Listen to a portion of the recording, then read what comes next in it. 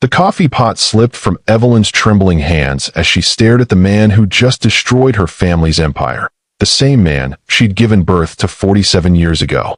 He didn't know her. He didn't know that Carter Enterprises, the company he'd just acquired and planned to demolish, was his birthright. And he certainly didn't know that the tired waitress refilling his cup was the mother who'd held him for exactly 3 minutes before signing him away forever. But we're getting ahead of ourselves.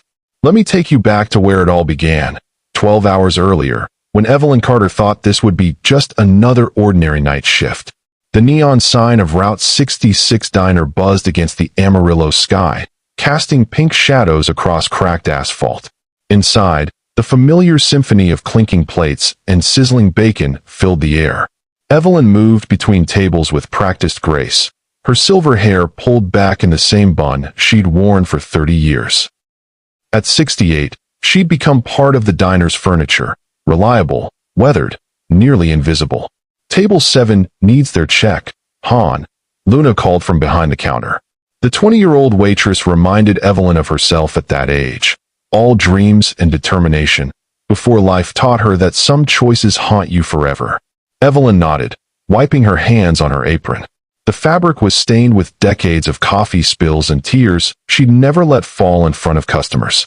Tonight felt different though, heavier, like the air before a Texas tornado. She'd felt this weight before, 47 years ago, to be exact. The night she'd made the hardest decision of her life in a charity hospital across town. Her father, Harrison Carter, had built an empire from nothing. Carter Enterprises owned half of Amarillo's commercial district. But when scandal hit, an unmarried teenage daughter carrying a child, everything crumbled faster than a house of cards in a windstorm. Give him up, her father had wheezed from his hospital bed, heart attack stealing his breath. Save the family name. Save the business. 3 days later, Harrison Carter was dead. 3 weeks later, Evelyn placed her newborn son in the arms of a wealthy New York couple.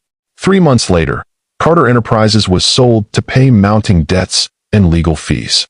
The pregnancy scandal had scared away investors, and vultures in expensive suits picked apart her father's legacy piece by piece. Now, nearly 5 decades later, Evelyn Carter, former heiress, current waitress, served coffee to truckers and insomniacs, carrying a secret that grew heavier with each passing year. The diner bell chimed. Evelyn looked up from wiping table 12 and felt her blood freeze. A man in a tailored charcoal suit stood in the doorway, scanning the room like he owned it. His presence commanded attention. Expensive watch catching fluorescent light, Italian leather shoes clicking against worn linoleum. Everything about him screamed money and power. But it wasn't his wealth that made Evelyn's hands shake. It was his face. Sharp jawline, storm gray eyes, the same dimpled chin she'd traced with trembling fingers 47 years ago before kissing her baby goodbye. Impossible, she whispered, gripping the edge of the table. The man, this stranger who looked like her son, slid into the corner booth with casual arrogance. He pulled out his phone immediately, ignoring Luna, who approached with a nervous smile. Welcome to Route 66 Diner. Can I start you with coffee? Black. Make it fast. His voice carried the sharp edge of someone accustomed to being obeyed. Luna's smile faltered. Of course, sir. Any food tonight? Do I look like I eat at places like this? He didn't look up from his phone. Just coffee. And keep it coming. Evelyn watched Luna's cheeks redden with embarrassment. The young girl hurried away, and Evelyn felt a familiar maternal instinct flare. She'd spent years protecting Luna from rude customers, teaching her that dignity wasn't something anyone could take away. But tonight, watching this arrogant stranger humiliate her surrogate daughter, Evelyn felt something else entirely. A recognition that went deeper than logic. Those eyes, that stubborn set of his shoulders.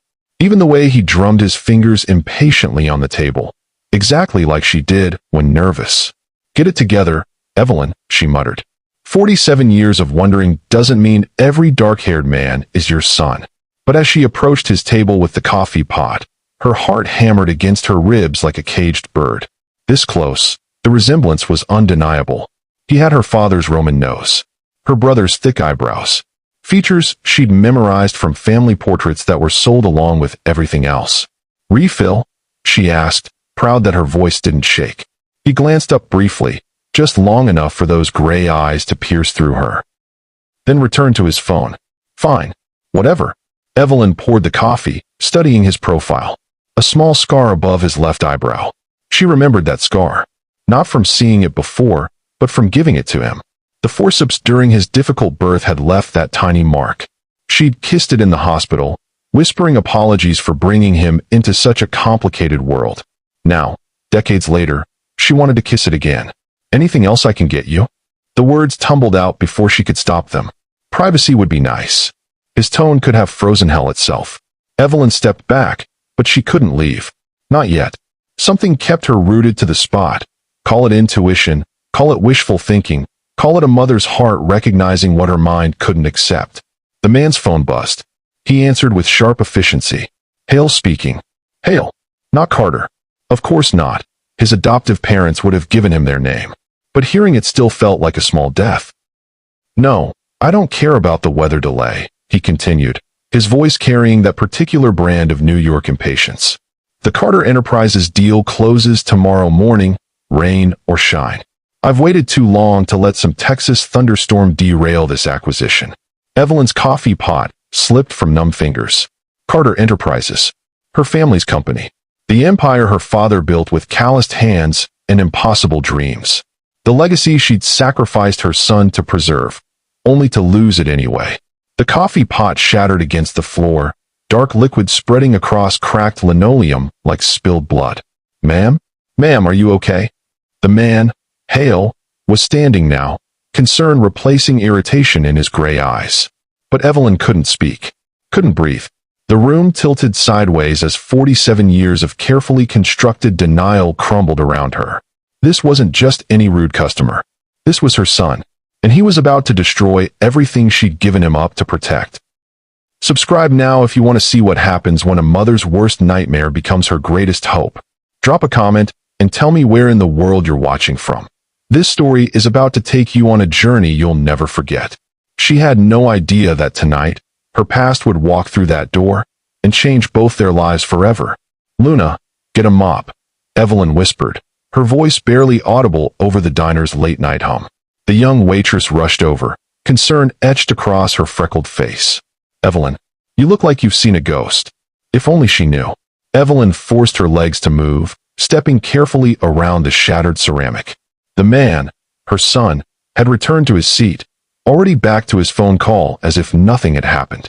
As if her world hadn't just imploded in the space between heartbeats. Yes, I understand the paperwork is extensive, he was saying, his voice carrying that clipped authority she'd heard wealthy men use her entire working life. But I didn't fly down to this godforsaken place to play games. Carter Enterprises has been bleeding money for years. I'm doing them a favor by putting it out of its misery. Evelyn's hands clenched into fists. Bleeding money? Her father's company had been thriving when she lost it. What had happened in the decades since? Ma'am, Richard Hale, she'd caught his name during the call, was looking at her with barely concealed impatience. Could you maybe clean that up somewhere else? Some of us have actual work to do. The casual cruelty in his tone hit her like a physical blow. This was her child. The baby she'd sung lullabies to during those precious 3 minutes. The son she dreamed about every single night for 47 years. And he was treating her like she was invisible. Of course, sir. So sorry for the disturbance. The words tasted like ash in her mouth. Luna appeared with the mop, shooting daggers at Richard with her eyes. Some people, she muttered under her breath, loud enough for him to hear. Richard's jaw tightened. Excuse me. Nothing, sir. Luna's voice dripped false sweetness. Just thinking out loud about basic human decency. Luna, Evelyn warned softly. The girl had fire. Too much fire for her own good sometimes. Richard stood up, his 6-foot frame casting a shadow over their small operation. His expensive cologne mixed with the diner's perpetual scent of bacon grease and industrial coffee. Maybe you need to think a little less and work a little more. This isn't exactly the Ritz-Carlton, but even minimum wage employees should understand customer service. Luna's face flushed crimson. Maybe if customers understood basic. That's enough. Evelyn stepped between them, her maternal instincts kicking in. She'd protected Luna from worse than this, but never from her own son. The irony was suffocating. Luna, why don't you check on table 3? The young woman hesitated, clearly wanting to continue the fight. but something in Evelyn's expression made her back down. Fine. But this isn't over, suit boy. Richard watched Luna storm away, a smirk playing at the corners of his mouth. Feisty. Probably why she's stuck serving coffee at midnight instead of doing something with her life. The comment hit Evelyn like a sledgehammer. Here was her son, her blood, displaying the exact kind of casual cruelty that had destroyed their family's reputation decades ago. The same arrogance that had made the business community turn their backs when scandal hit. She's working her way through nursing school, Evelyn said quietly. Sends money home to her sick mother in Oklahoma. Sometimes people serve coffee because they're building something bigger. Richard's smirk faded slightly. For just a moment, something flickered behind those storm gray eyes. Surprise? Recognition? But it vanished as quickly as it appeared. How noble, he said, returning to his seat. Still doesn't excuse poor service. Evelyn wanted to scream, wanted to grab his shoulders and shake him until he saw her. Really saw her. But instead, she knelt to finish cleaning the broken pieces of ceramic, each fragment reflecting the fluorescent lights like tiny mirrors of her shattered heart. As she worked, Richard's phone rang again. Hale here? No. Charles, I don't care what the local news is saying about preserving Amarillo's business heritage. Carter Enterprises is a dinosaur. Has been since the 70s when the old man died and his daughter couldn't handle the pressure. Evelyn's hand froze on a particularly sharp shard. Her daughter. He was talking about her. Some teenage scandal, from what I heard. Unwed pregnancy, family shame, the whole sordid mess. Classic small-town drama. The girl disappeared after the old man's funeral, and the company never recovered. Investors lost faith, creditors circled like sharks. By the time the dust settled, Carter Enterprises was just a name on some worthless property deeds. Each word was a knife twisting deeper. Evelyn had vanished. Yes. Into a life of anonymity and regret. But she'd never known the full extent of the damage. Never understood that her sacrifice had been meaningless anyway. The irony is beautiful, actually, Richard continued, his voice taking on an almost predatory satisfaction. Tomorrow morning, I'll own every brick, every contract, every piece of the Carter legacy. And by tomorrow night, it'll all be demolished to make way for something actually profitable. A shopping complex, maybe. Or condos for Dallas commuters. Most people ignore warning signs until it's too late. Subscribe so you're prepared. The shard cut deep into Evelyn's palm, but she barely felt the pain. Physical wounds healed. This was something else entirely. You're bleeding, Richard said, his tone shifting slightly. Evelyn looked down at her hand, crimson drops falling onto the already stained linoleum. I'm fine. No, you're not. He stood up, pulling a pristine white handkerchief from his jacket pocket. Here. For a moment, their hands touched as he helped wrap the cloth around her cut. His skin was soft, desk job soft, but his grip was firm. Strong. Like his grandfather Harrison's had been. Thank you, she whispered. Their eyes met. Really met. And for the briefest instant, Evelyn saw something that made her breath catch. A flicker of recognition. Not of her face, but of something deeper. Something genetic. Something that whispered of shared DNA and broken family trees. Have we? Richard started, then stopped himself. Shook his head. Never mind. But Evelyn had heard it. The question he almost asked. Have we met before? No, son. We haven't met. But I gave you life. I gave you everything. And now you're about to destroy the only thing left of our family's legacy. Richard's phone buzzed with a text. He glanced at it, and his expression hardened again. Business mode. Back in full force. My assistant. The Carter deal is moving faster than expected. I might be able to close tomorrow afternoon instead of the next morning. He looked at Evelyn, still kneeling among the ceramic debris. Lucky me. I can get out of this place a day early. The casual dismissal of her town, her life, her world, it was too much. Evelyn stood slowly, his blood-stained handkerchief still wrapped around her palm. This place, she said carefully, has more history than you know. All places do. Richard was already reaching for his wallet. Doesn't make them worth preserving. He threw a $20 bill on the table, double what his coffee cost. The kind of thoughtless generosity that rich people use to salve their consciences. Keep the change, he said, not looking at her. But as he moved toward the door, something made him pause. Turn back. Study her face with those gray eyes she'd passed down to him. "What's your name?" he asked suddenly. Evelyn's heart stopped. This was it. The moment she dreamed of and dreaded for nearly 5 decades. She could tell him. Right here, right now. Could watch his world implode the way hers had moments ago. "Evelyn," she said simply. "Evelyn." He repeated it like he was testing the weight of it. That's a beautiful name." Something about his eyes made her blood run cold. The diner fell silent after Richard left, his expensive shoes echoing against asphalt until the night swallowed the sound. Evelyn stood frozen by table 7, his blood-stained handkerchief still clutched in her trembling hand. Evelyn. The way he'd said her name lingered in the air like smoke. Not dismissively, like everything else. Carefully. Almost tenderly. "You okay, hon?" Marcus Washington's gravelly voice cut through her trance. The 70-year-old regular occupied his usual corner booth, nursing his 3rd cup of decaf. He'd been coming here since before Evelyn started working the night shift, back when he still owned the farm that corporate developers eventually devoured. "Fine," she lied, sliding into the seat across from him. Her legs felt like water. Marcus studied her with knowing eyes. "That man bothering you? 'Cause I may be old, but I ain't dead." Despite everything, Evelyn almost smiled. Marcus had appointed himself her unofficial protector years ago, after his wife Dolores passed. 2 lonely souls finding comfort in routine conversations and shared coffee. "It's complicated," she whispered. "Most things worth caring about are." Marcus leaned forward, his weathered hands wrapped around his mug. "You want to talk about it?" Where would she even begin? With the baby she held for 3 minutes in 1978? With the father who'd rather sacrifice his grandson than his reputation? With the empire built on Texas oil and ambition that crumbled because a 17-year-old girl fell in love with the wrong boy? "He looked like someone I used to know," she said finally. Marcus nodded sagely. "Ghosts have a way of showing up when we least expect them." If only he knew how right he was. Luna approached with the coffee pot, her earlier fire replaced by concern. That guy was a real piece of work.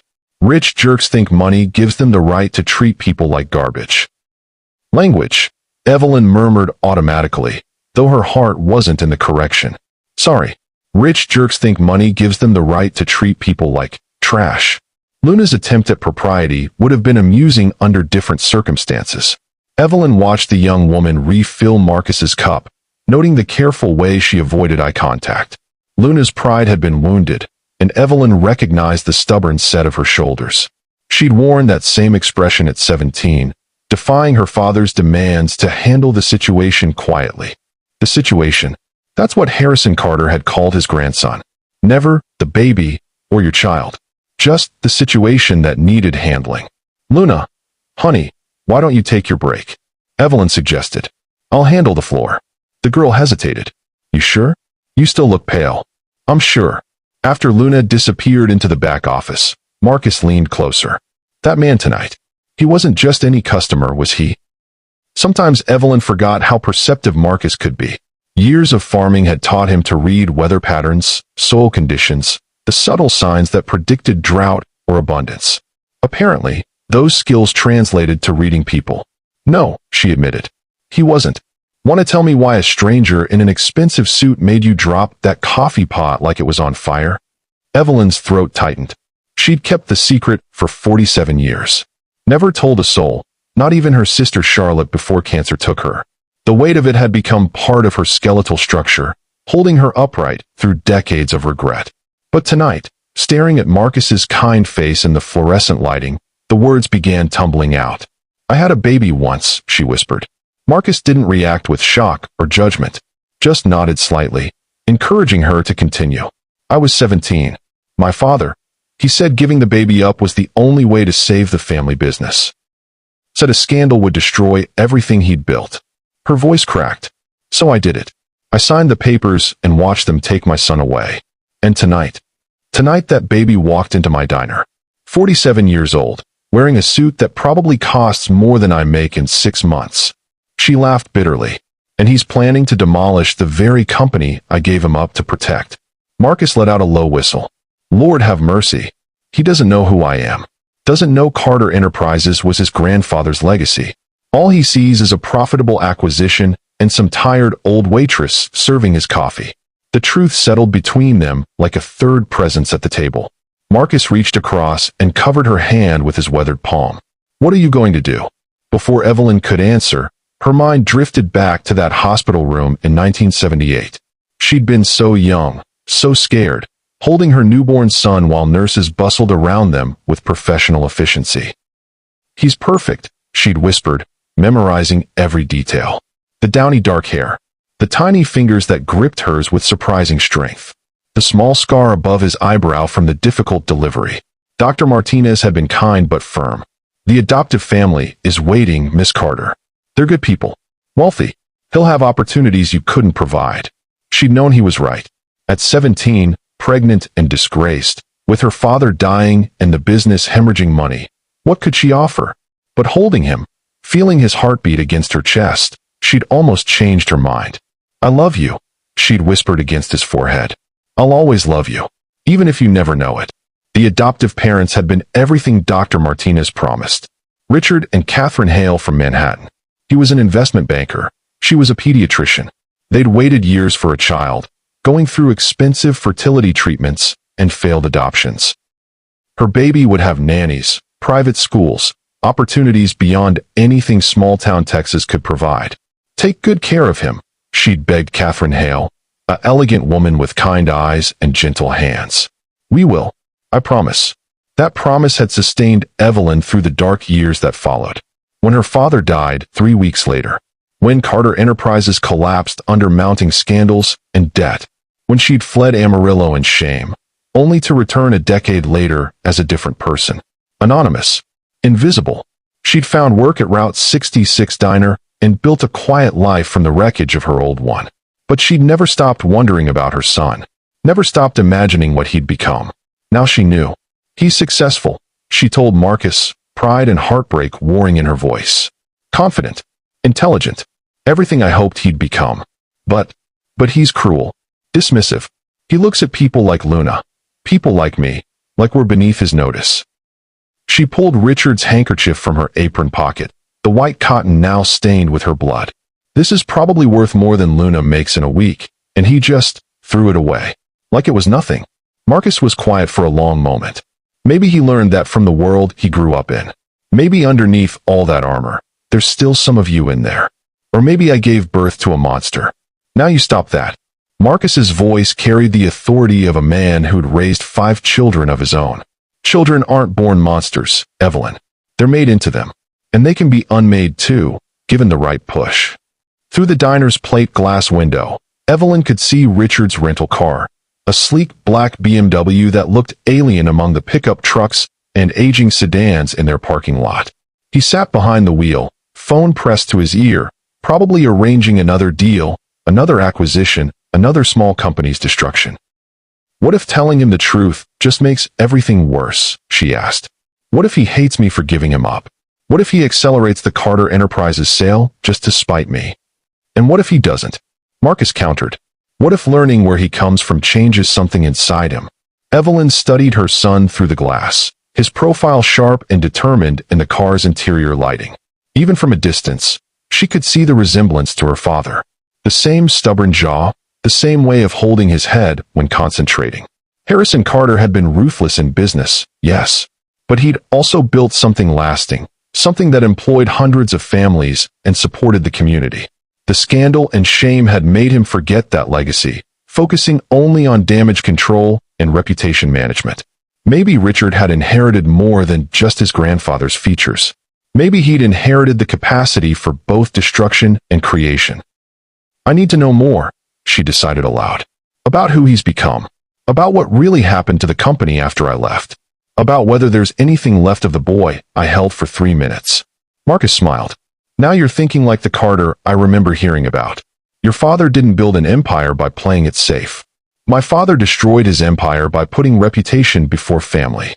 Then don't make his mistakes." Through the window, Richard's BMW pulled away from the diner, red taillights disappearing into the Texas night. But something told Evelyn this wasn't goodbye. The way he'd looked at her, the question he'd almost asked, there was recognition there, buried under years of privilege and practiced indifference.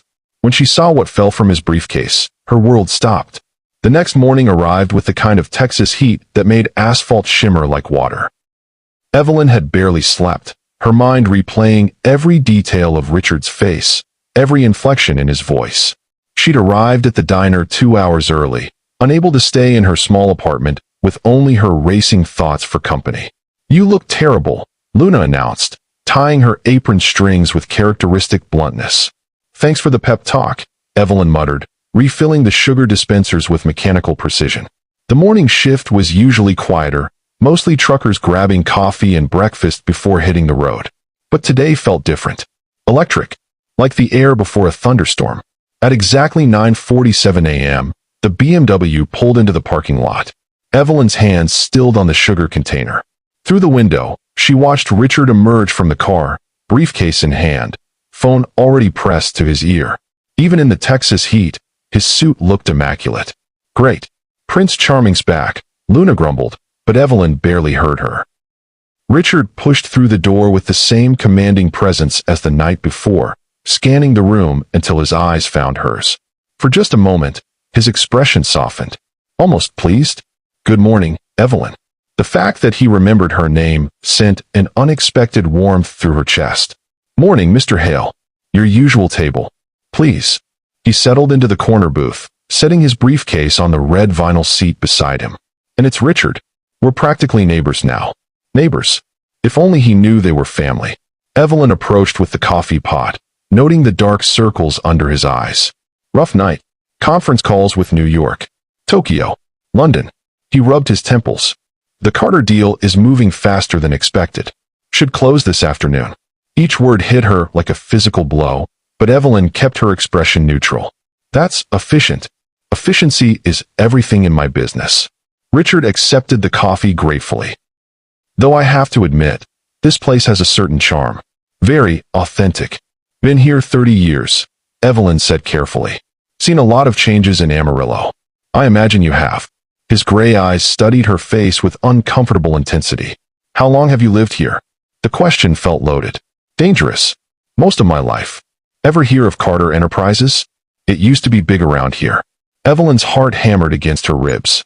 "I might have heard the name. Fascinating story, actually."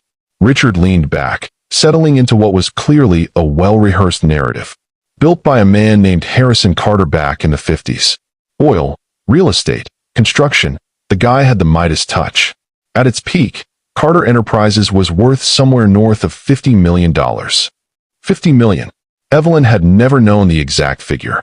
Her father had always been secretive about money, claiming it was unseemly for ladies to discuss such things. "What happened to it?" she asked, proud that her voice remained steady. "Family scandal. The old man's daughter got herself pregnant out of wedlock." This was the late 70s, remember, different time, different standards. The board lost confidence, investors got spooked, creditors started circling. Richard's tone was clinical, discussing her life's greatest tragedy like a case study. Harrison Carter died of a heart attack, probably from the stress. The daughter vanished after the funeral, and without leadership, the whole empire collapsed. "That's tragic. That's business." Richard shrugged. "Sentiment doesn't pay shareholders." The Carter name became toxic overnight. By 1980, what was left of the company was sold off piece by piece to cover debts. Evelyn felt sick. She'd known the company failed, but hearing the details, the clinical dissection of her family's destruction, was almost unbearable. The daughter, she managed. What happened to her? Nobody knows. She disappeared completely. Some say she left Texas, others think she might have. Well, people didn't handle shame the same way back then. Richard's expression darkened slightly. Either way, she destroyed everything her father built. Selfish, really. If she'd just handled things quietly, made different choices. Like giving up her baby wasn't choice enough. Maybe she was just scared, Evelyn said quietly. 17, pregnant, watching her father die. 17. Richard looked surprised. Where did you hear that? Heat flooded Evelyn's face. She'd revealed too much. It was in the papers back then. Local scandal. Right. Richard nodded, but something flickered behind his eyes. Curiosity? Suspicion? Anyway, that's ancient history. Tomorrow afternoon, I'll own every remaining Carter asset, and by next week, it'll all be demolished. Progress waits for no one. Demolished. The word hit her like a sledgehammer. What will you build instead, she asked. Shopping complex.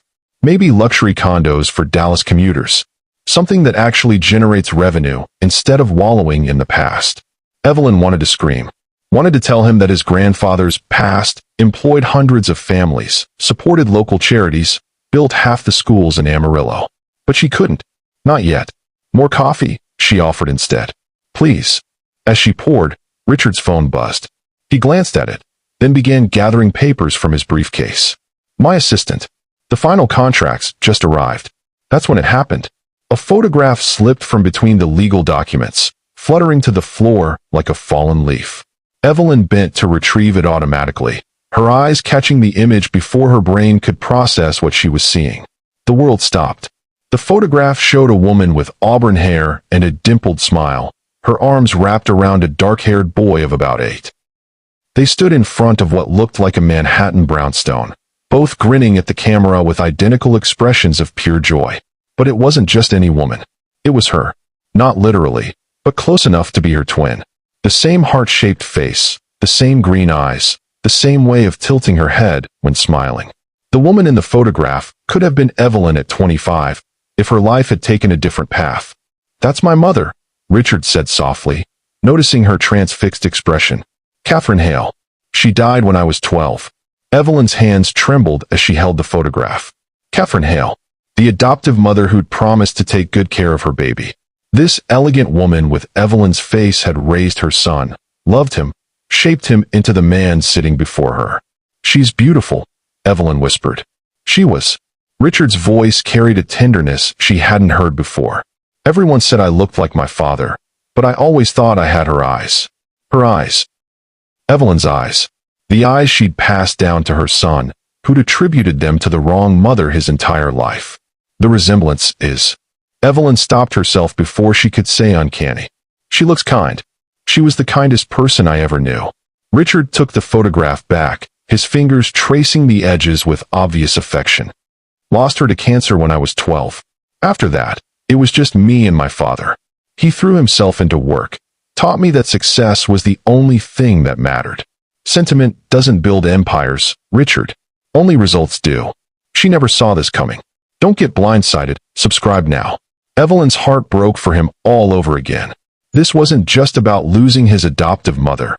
It was about losing the only source of warmth in his childhood. No wonder he'd grown up cold and calculating. His father had taught him to bury his emotions, to see the world through the lens of profit and loss. I'm sorry for your loss, she said, meaning it more than he could ever know.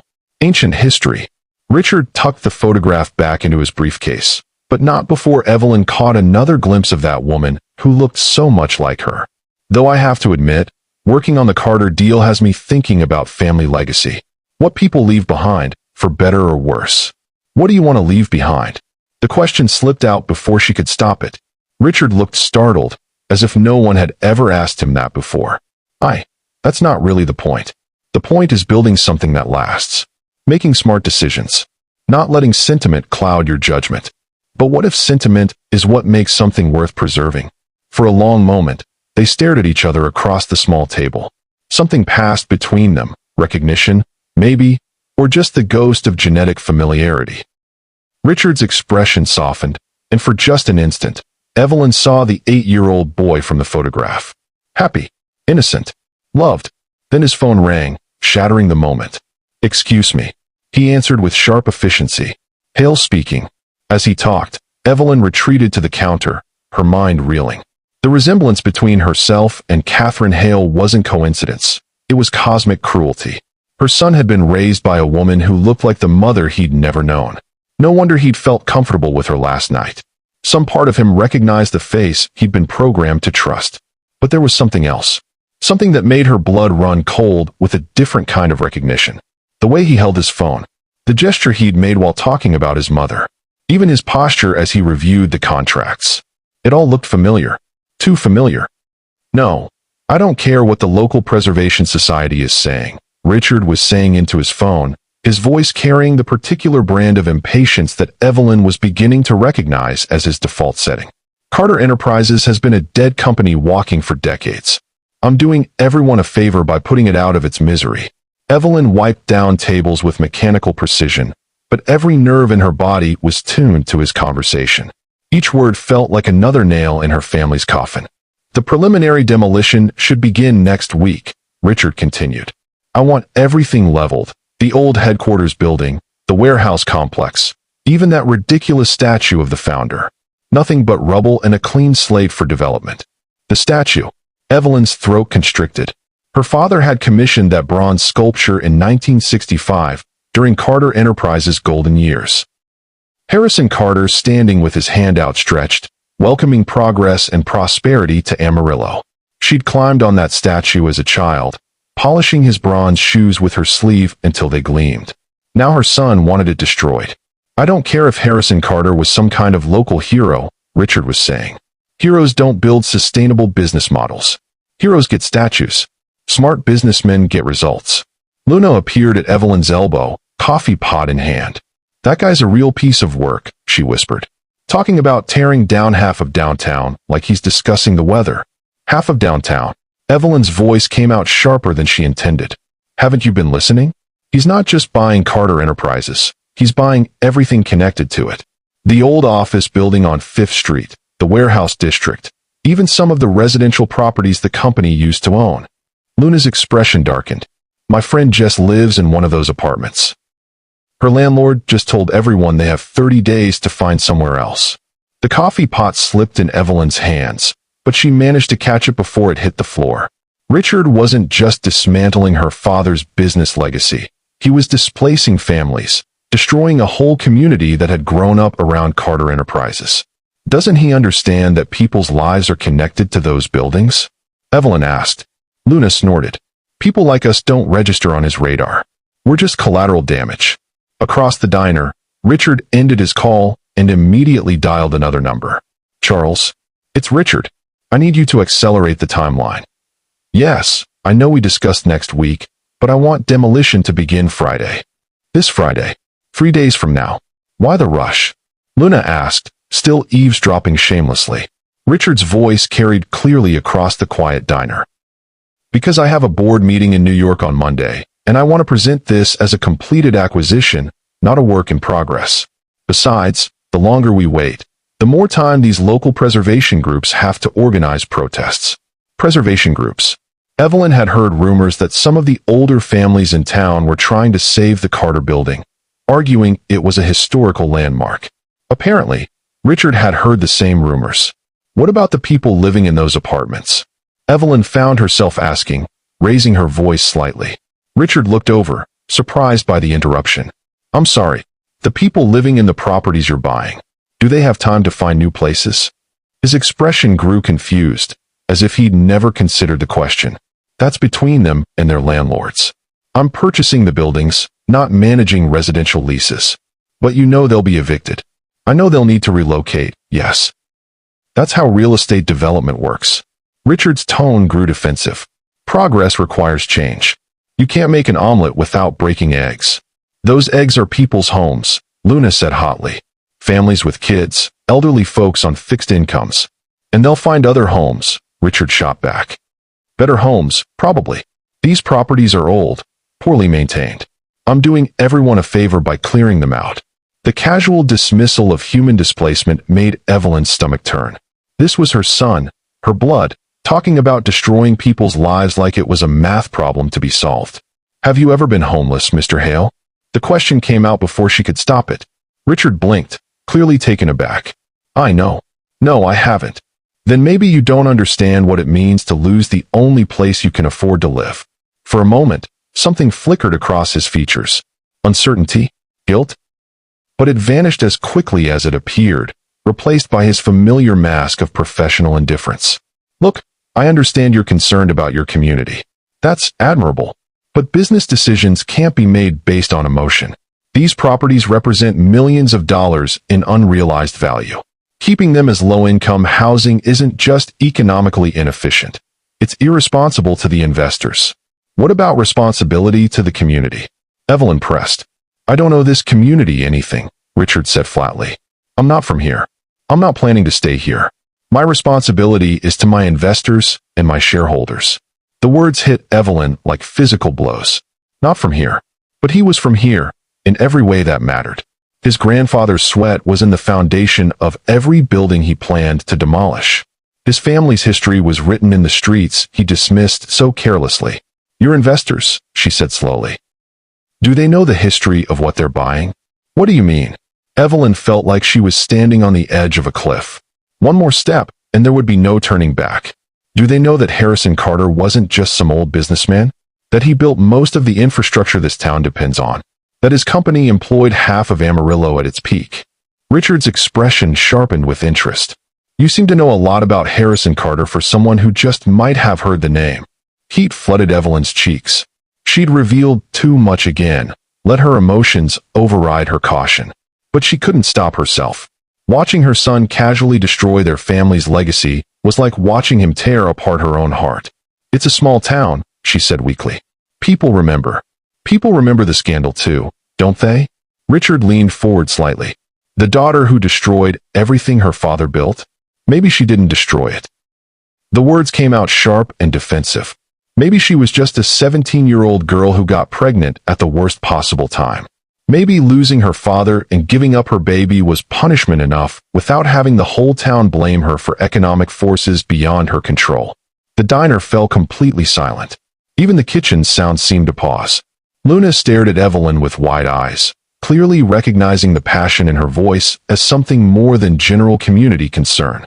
Richard studied Evelyn's face with uncomfortable intensity. "You're very passionate about defending someone you never met."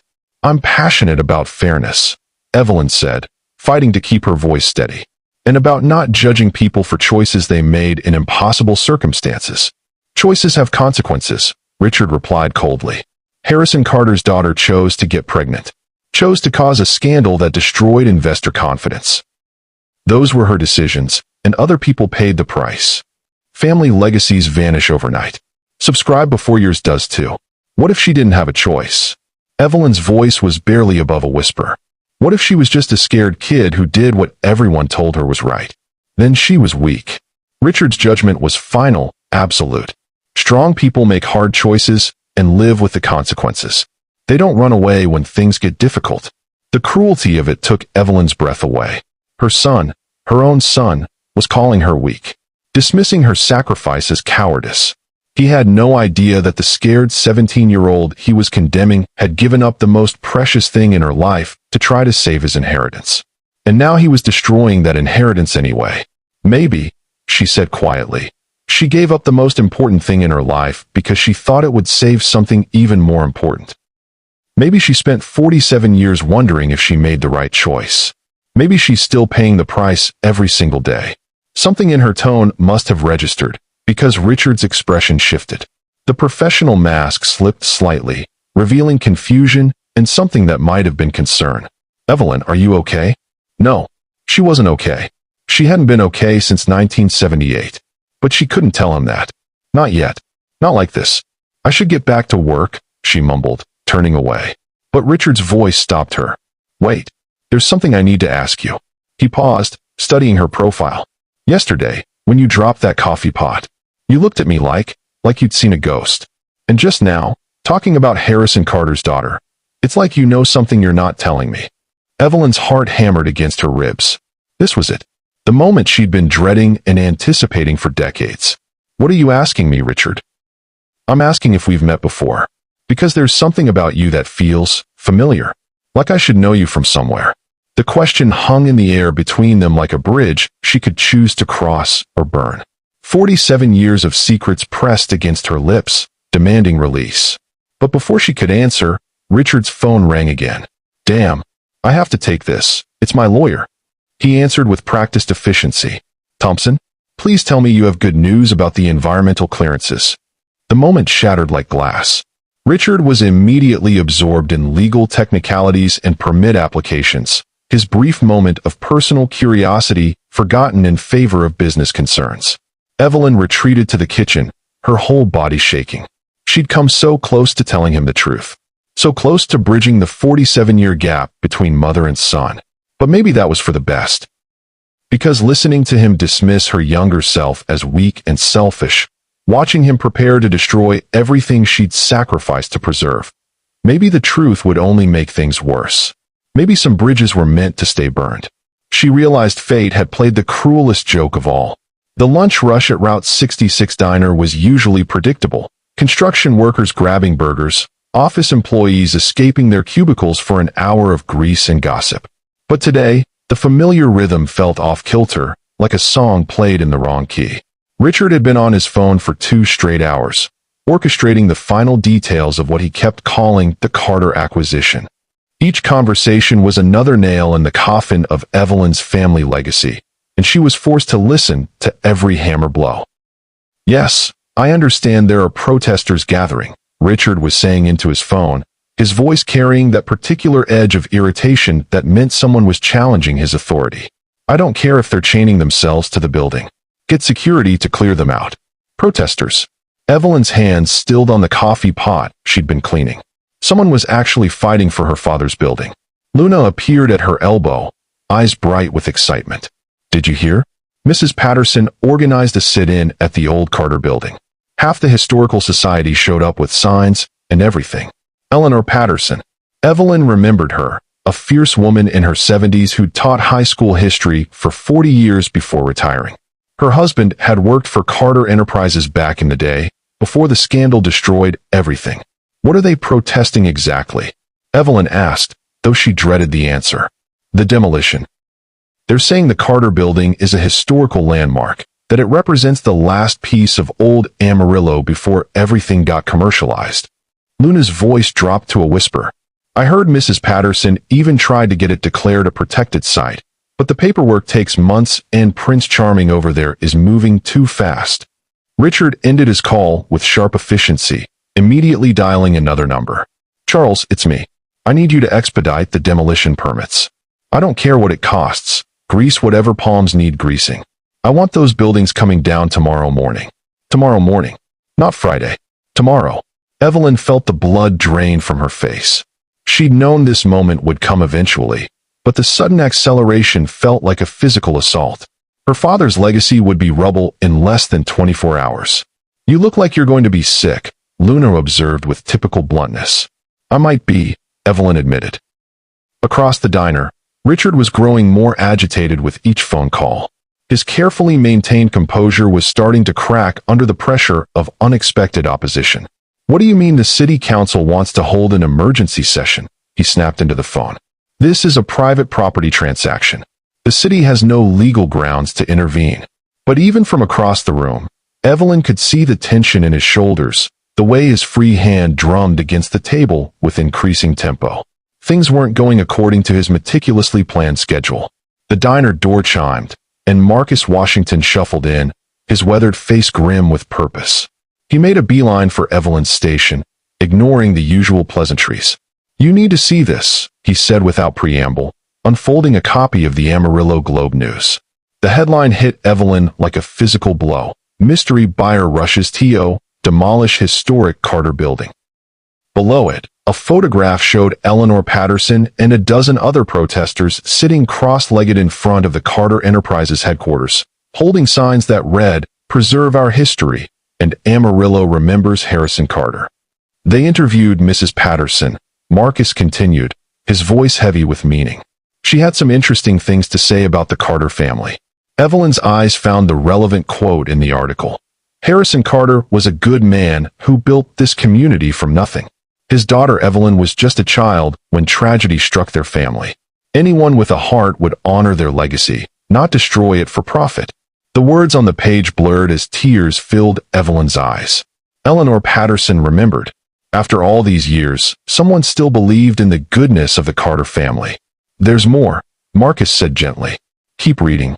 Evelyn's gaze traveled to the next paragraph. Local historian Dorothy Chun has uncovered documents suggesting that Harrison Carter's daughter may have been the victim of a carefully orchestrated character assassination by business rivals who wanted to acquire Carter Enterprises. The timing of the scandal was suspiciously convenient for certain investors, Chun stated. "We may have blamed the wrong person for the company's downfall."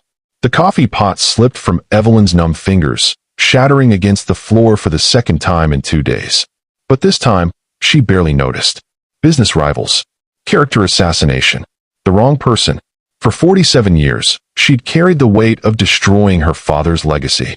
She'd believed, everyone had believed, that her pregnancy scandal had caused the company's collapse.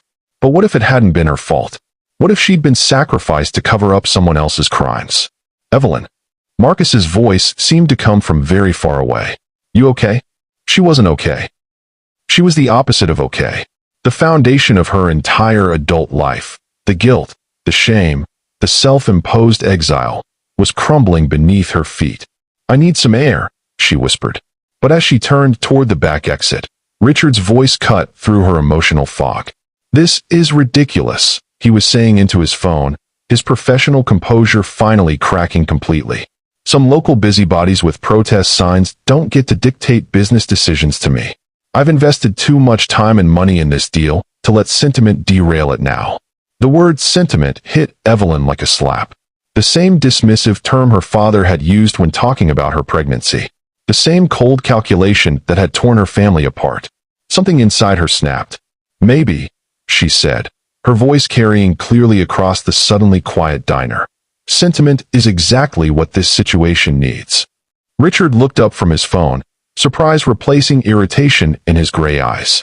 Excuse me. I said maybe sentiment is what this situation needs. Evelyn stepped closer to his table, her hands shaking but her voice growing stronger. Maybe those protesters understand something you don't. And what's that exactly? That some things are worth more than money. Richard's expression hardened. Spoken like someone who's never had to make a real business decision. Sentiment doesn't pay mortgages. It doesn't create jobs. It doesn't build communities. Harrison Carter built this community, Evelyn shot back. With sentiment. With love for this town and its people. That building you want to demolish? It represents 40 years of his life's work. Harrison Carter's work died with him, Richard replied coldly. What remains is just brick and mortar. Empty symbols of a failed enterprise. Failed because of circumstances beyond his control. Failed because his daughter was selfish and irresponsible. The words hung in the air like a poison cloud. Richard's judgment of her younger self, of her, was final and absolute. In his mind, she was the villain of the story, the weak link that had destroyed a family empire. But now, with Dorothy Chin's research suggesting a different truth, Evelyn felt something she hadn't experienced in decades, righteous anger. What if she wasn't? She asked quietly. What? What if Harrison Carter's daughter wasn't the villain you think she was? What if she was just a 17-year-old girl who got caught in the crossfire of other people's greed?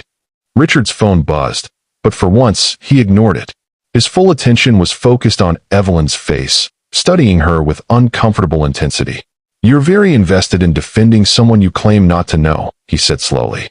I'm invested in the truth. The truth is that actions have consequences. Harrison Carter's daughter made choices that destroyed hundreds of jobs, wiped out millions in investment, and turned a thriving company into a corporate graveyard. Richard's voice grew colder with each word. Whatever her circumstances, whatever her age, she bears responsibility for that destruction. And what about your responsibility? The question exploded out of Evelyn before she could stop it. My responsibility? To the people you're displacing. To the history you're erasing.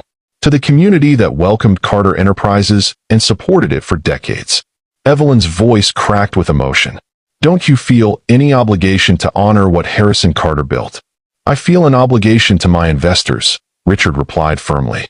Not to some dead businessman's legacy. That dead businessman was your. Evelyn caught herself just in time, the words dying in her throat. But Richard had heard enough to sense something significant in her near slip. My what? He asked, leaning forward intently. The diner had gone completely silent. Even the kitchen sounds had stopped. Luna stood frozen by the coffee machine, her eyes wide with fascination. Marcus remained by the newspaper stand, his weathered face tight with concern. Evelyn stared at her son across the small table, 47 years of secrets pressing against her lips like a dam about to burst. She could tell him, right here, right now, could watch his world implode the way hers had 2 nights ago. But what then? Would the truth make him more compassionate, or would it just give him another reason to despise the Carter family? Your inheritance, she said finally, the lie tasting bitter in her mouth. Richard frowned. I don't understand. Harrison Carter's legacy belongs to everyone in this community. It's part of Amarillo's history, Part of our cultural inheritance. The explanation sounded weak even to her own ears, but Richard seemed to accept it. His phone buzzed again, and this time he answered with visible relief. Thompson, please tell me you have good news. What? Are you sure? Damn it. As Richard became absorbed in his call, Evelyn retreated to the kitchen on unsteady legs. Her near confession had left her emotionally drained, but also strangely liberated. For a moment, she'd almost told her son the truth, almost bridged the gap between them. But his response to her defense of his mother, his birth mother, had shown her exactly what that truth would accomplish. He would blame her even more for giving him up, would see it as another example of Carter family weakness and poor decision-making. Maybe Marcus had been wrong. Maybe some people couldn't be unmade from their cruelty. Maybe Richard was exactly who he appeared to be, a cold, calculating businessman who saw human sentiment as a weakness to be exploited. Through the kitchen window, she could see the protesters still gathered around her father's building. Eleanor Patterson sat in the center of the group, her gray hair gleaming in the afternoon sun, her weathered hands holding a sign that read, "Honor our past." But as Evelyn watched, security guards began approaching the protesters. Richard's influence was already at work, turning peaceful demonstration into potential confrontation. Her son was about to destroy everything, and he was her everything. The Texas sky was bleeding orange and pink when Richard finally emerged from his marathon of phone calls. Evelyn had watched him from across the diner for the past 3 hours, noting the way his shoulders gradually relaxed as each legal obstacle was cleared away. The protesters had been removed from the building. The city council's emergency session had been postponed indefinitely. The demolition permits had been expedited through channels that Evelyn preferred not to think about. By tomorrow morning, her father's life's work would be rubble. Final coffee for the road? Evelyn asked, approaching his table with the pot she'd refilled countless times throughout the afternoon. Richard looked up from his paperwork, and for a moment, exhaustion replaced his usual professional mask. Please, it's been a long day. Successful, though, she observed, unable to keep the bitterness from her voice. Success often requires difficult decisions. He accepted the coffee gratefully, his hands wrapping around the cup like he was seeking warmth. Not everyone understands that. Including me, I suppose. Richard studied her face with that uncomfortable intensity that had become familiar over the past 2 days. You've been different since this afternoon. Since we talked about Harrison Carter's daughter. Evelyn's pulse quickened. Different how? Angry. Personal. Like this isn't just about community preservation for you. He paused, taking a careful sip of coffee. Like you have skin in the game somehow. The observation was too close to the truth for comfort. Evelyn forced herself to remain calm, to maintain the careful distance she'd cultivated for nearly 5 decades.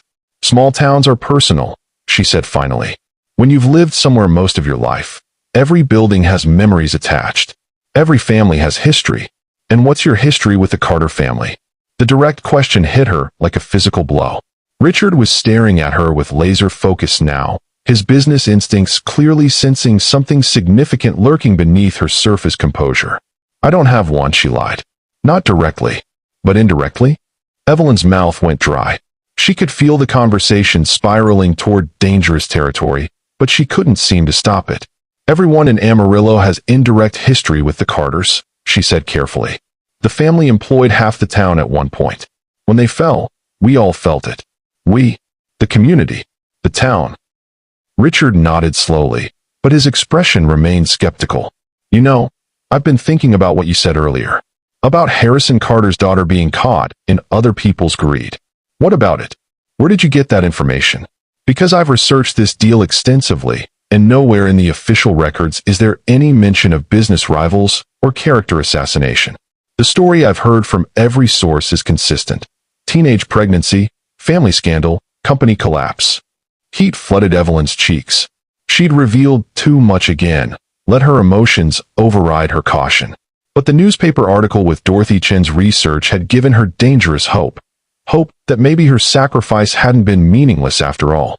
There was an article in today's paper, she said weakly. Local historian found some new documents. I'll have to read that. Richard's tone was casual, but his eyes remained sharp. Though I have to wonder why you'd put so much stock in revisionist history. The facts are the facts. Sometimes facts get buried by people with agendas. And sometimes people create convenient narratives to avoid taking responsibility for their mistakes. The casual dismissal of her pain, again, made Evelyn's temper flare. What if she was just 17 years old and scared? What if she made the hardest decision of her life because everyone told her it was the only way to save her family's legacy? Then she was naive, Richard replied coolly. Good intentions don't excuse poor judgment. What would you have done? The question burst out of her with desperate intensity. If you were 17, pregnant, watching your father die, with everyone telling you that giving up your child was the only way to save hundreds of jobs.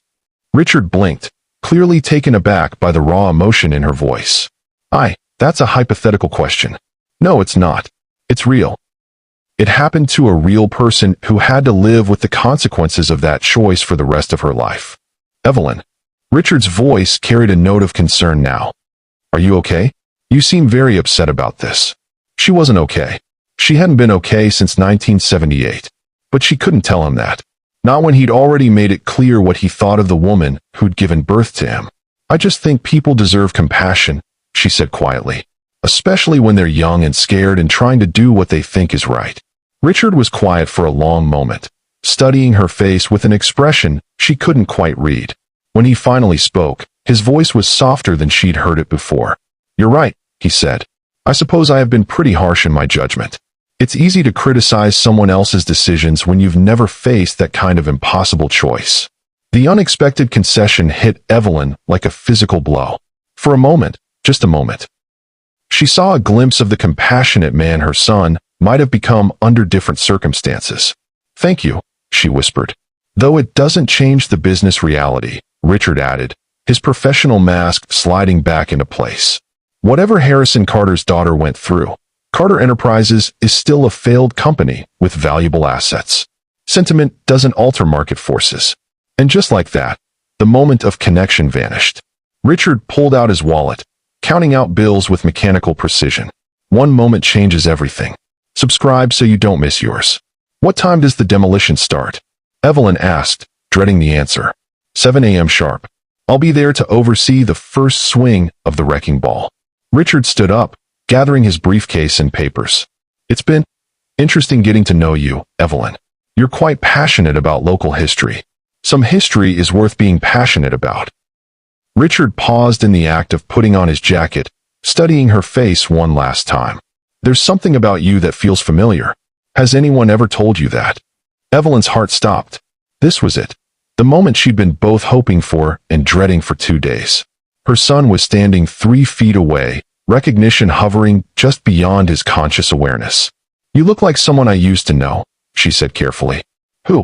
The question hung in the air between them like a bridge she could choose to cross or burn. 47 years of secrets pressed against her lips, demanding release. She could tell him. Right here, right now. Could watch his expression change from curiosity to shock to what? Anger? Disgust? Rejection? Someone from a long time ago, she said finally. Someone who's been gone for many years. Richard nodded slowly, but she could see that the answer didn't satisfy him. Well, maybe we'll figure it out someday. But there wouldn't be a someday. After tomorrow morning, when her father's building was nothing but rubble, Richard would return to New York. He'd move on to his next acquisition, his next successful demolition of someone else's dreams. And Evelyn would remain in Amarillo, serving coffee to strangers who didn't recognize her, carrying the weight of a secret that grew heavier with each passing year. Maybe we will, she lied. Richard headed toward the door, then paused with his hand on the handle. Evelyn. Yes. That woman you knew. The one I remind you of. Were you close? The simple question nearly destroyed her remaining composure. Were they close? She'd carried him for 9 months. Felt him move and kick and grow inside her. Held him for 3 precious minutes before signing him away forever. Very close, she whispered. Closer than you could imagine. Richard nodded, something almost like sadness flickering across his features. I'm sorry for your loss. Then he was gone, disappearing into the Texas night with the same commanding presence he'd brought 2 days ago. But now Evelyn knew the truth. Her son wasn't just a successful businessman destroying her family's legacy. He was a motherless child who'd learned to bury his emotions so deeply that he'd forgotten how to feel them.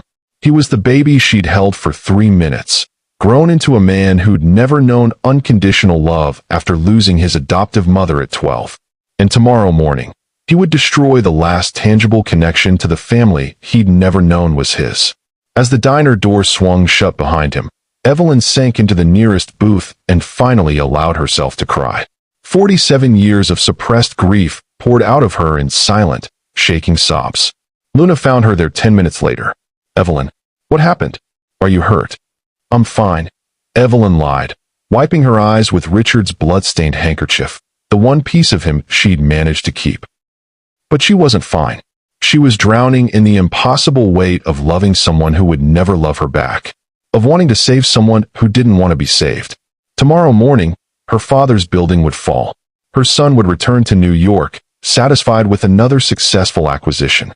And Evelyn Carter would remain what she'd always been, a ghost haunting her own life, watching from the shadows as the world moved on without her. Unless, the thought hit her like lightning, sudden and illuminating and terrifying. What if she stopped hiding? What if she fought back?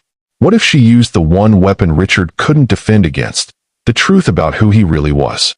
It would destroy him, yes, shatter his carefully constructed identity, force him to confront the fact that he'd spent his career dismantling the legacy of the grandfather he'd never known, dismissing the sacrifice of the mother who'd given him life. But maybe, just maybe, it would also save him. Save them both.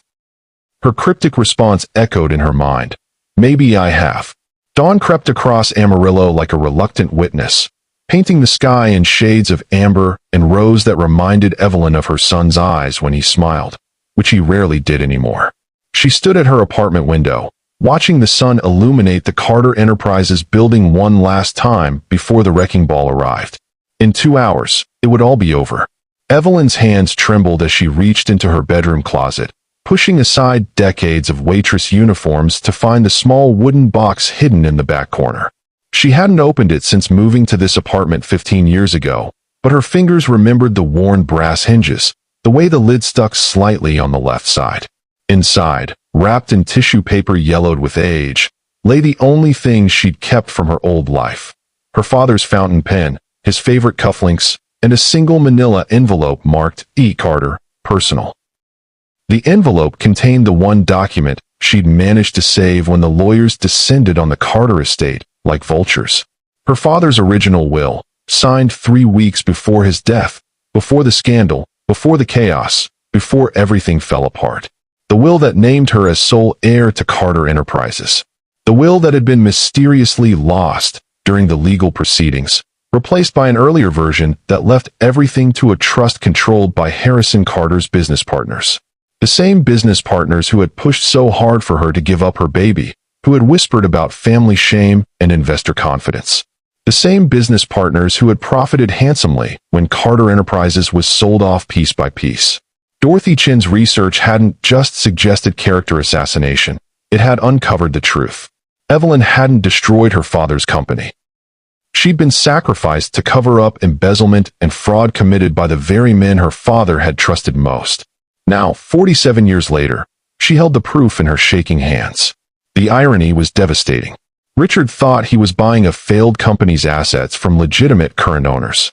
But legally, morally, genetically, Carter Enterprises belonged to him, had always belonged to him. He was unknowingly purchasing his own inheritance from the thieves who'd stolen it from his family decades ago. Evelyn tucked the will into her purse alongside Richard's blood-stained handkerchief. Today, one way or another, the truth would finally come out. The drive to the Carter building took 12 minutes. 12 minutes to cross 47 years of silence and regret. Evelyn parked her aging Honda next to Richard's rental BMW and stepped out into the crisp morning air. The demolition crew was already assembling. Hard-hatted workers unloaded equipment while a massive yellow excavator sat poised like a mechanical predator. But it was the crowd of protesters that caught Evelyn's attention, easily twice the size of yesterday's group. Eleanor Patterson stood at the center, her silver hair gleaming in the morning light as she addressed the gathered crowd through a bullhorn. "This building represents more than brick and mortar," her voice carried across the parking lot. It represents the dreams of a man who believed in this community, who invested his life in making Amarillo a better place for all of us. A cheer went up from the protesters, many of whom carried signs reading, "Remember Harrison Carter," and "Preserve our history." But it was the newest sign that made Evelyn's breath catch. Justice for Evelyn Carter. Someone had been doing their homework. "There she is," a voice called out. Evelyn turned to see Dorothy Chin approaching, a woman in her 60s with kind eyes and determined expression. "Miss Carter, I presume?" The use of her real name hit Evelyn like a physical blow. She hadn't been called Ms. Carter in decades. "Hi, how did you?" "Facial recognition software and old newspaper photos," Dorothy explained gently. "Plus some detective work by Mrs. Patterson's grandson. He's a journalist in Dallas. We've been trying to find you for months." "Find me? To tell you the truth about what really happened to your father's company. To clear your name." Dorothy's expression grew fierce. "Harrison Carter's business partners stole your inheritance, destroyed your reputation to cover their tracks, and profited from your family's tragedy for decades. It's time the world knew."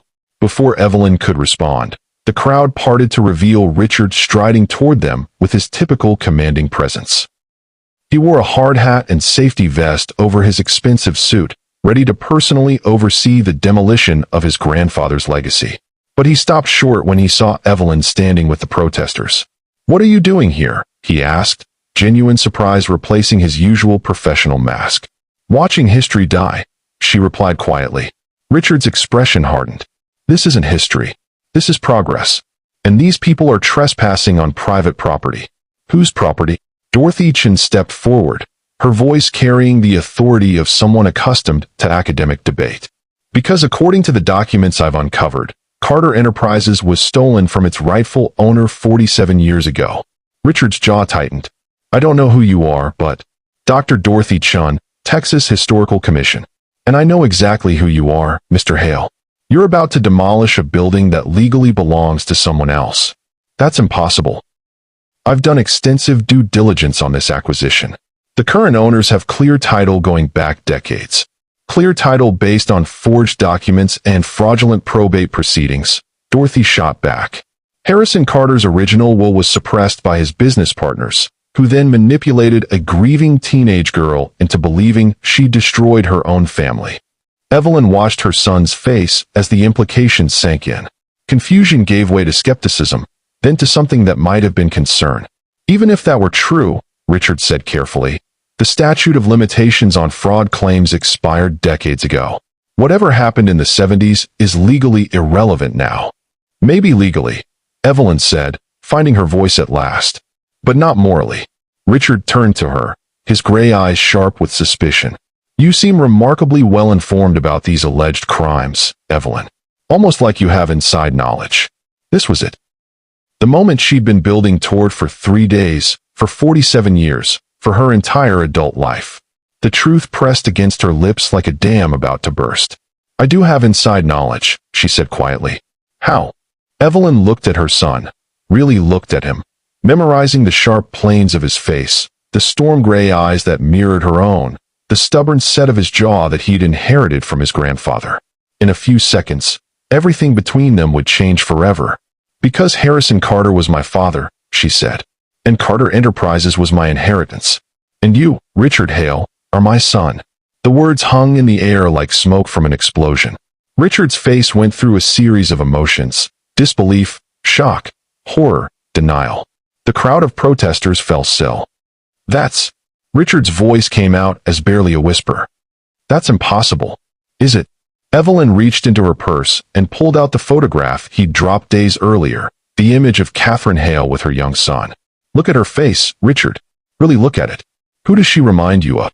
Richard took the photograph with shaking hands, his eyes moving between the image and Evelyn's face.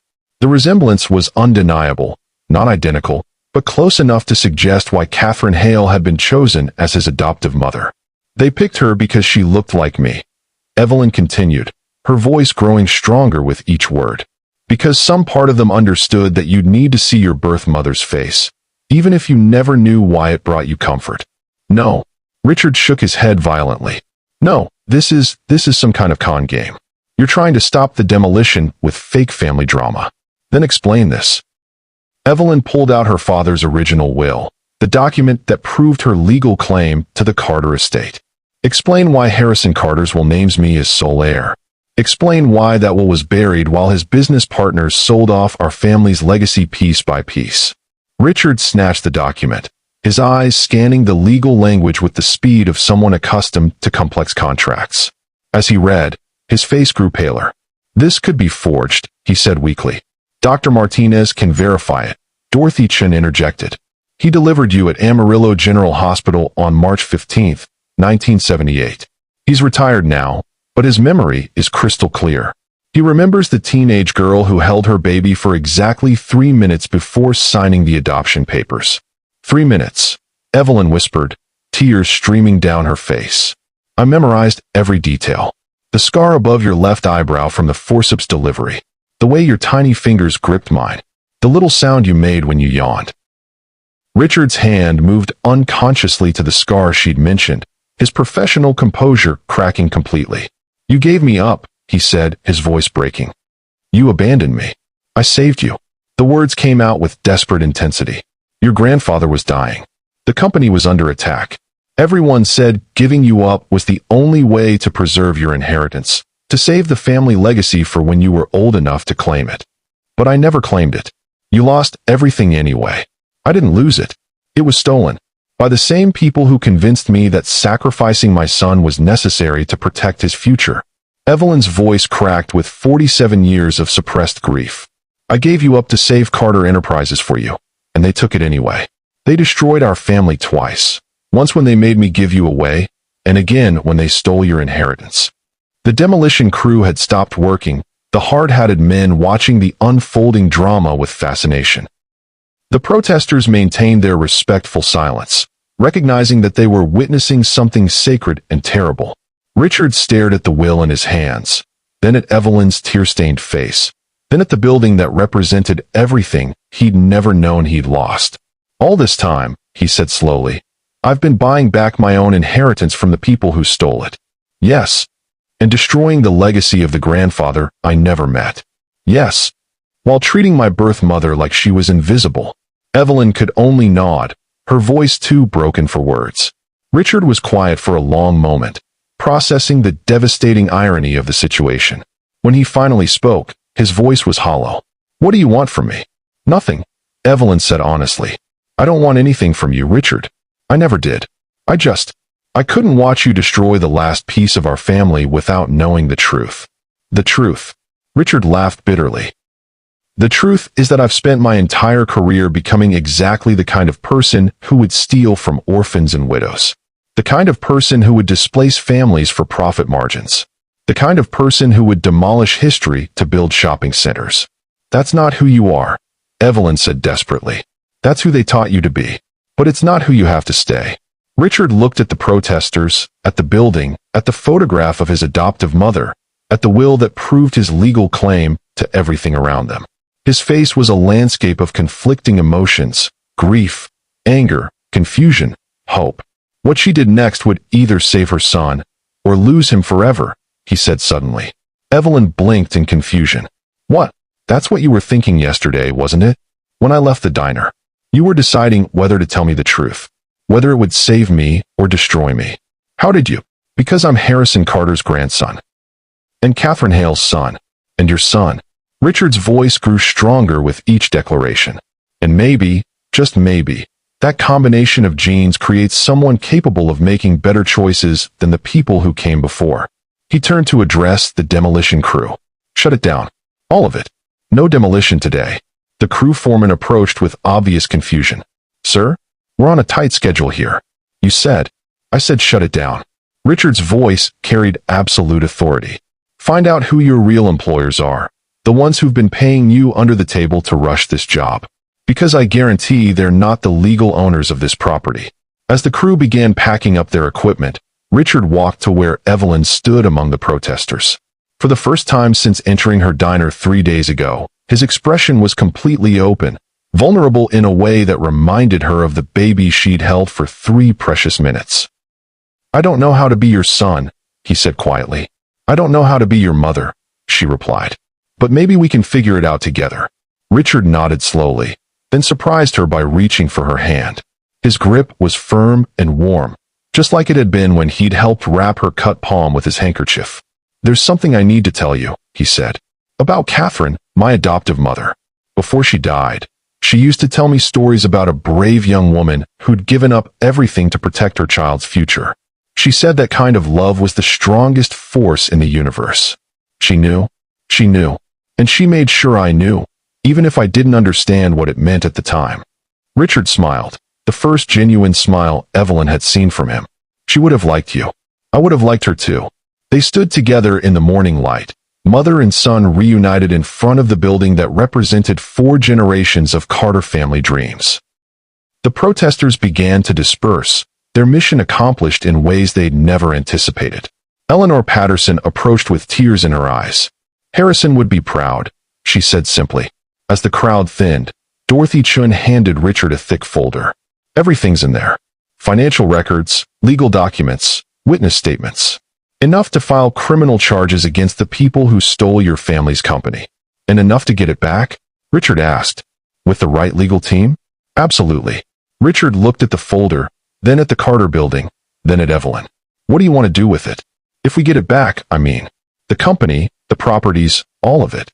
Evelyn considered the question. 47 years ago, she'd been a scared teenager with no power and fewer options. Now she was a woman who'd survived decades of grief and guilt, who'd built a quiet life from the ashes of her old one.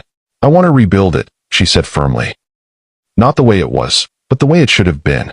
A company that honors its workers, supports its community, and remembers that business is about people, not just profits." "That sounds like something Harrison Carter would approve of," Richard said. "It sounds like something his grandson might be good at too." Richard squeezed her hand, and for a moment, Evelyn could see the future spreading out before them like a roadmap written in possibility. There would be challenges, legal battles, emotional healing, the hard work of building trust between strangers who happened to share DNA. But there would also be redemption. For the first time in 47 years, the Carter family legacy would be in Carter hands again. Part 2 reveals the shocking confrontation. Miss it and you'll regret it. Subscribe now. As Richard's BMW and Evelyn's Honda pulled away from the Carter building, side by side this time, heading toward the same destination. The morning sun climbed higher over Amarillo, casting long shadows that seemed to point toward home.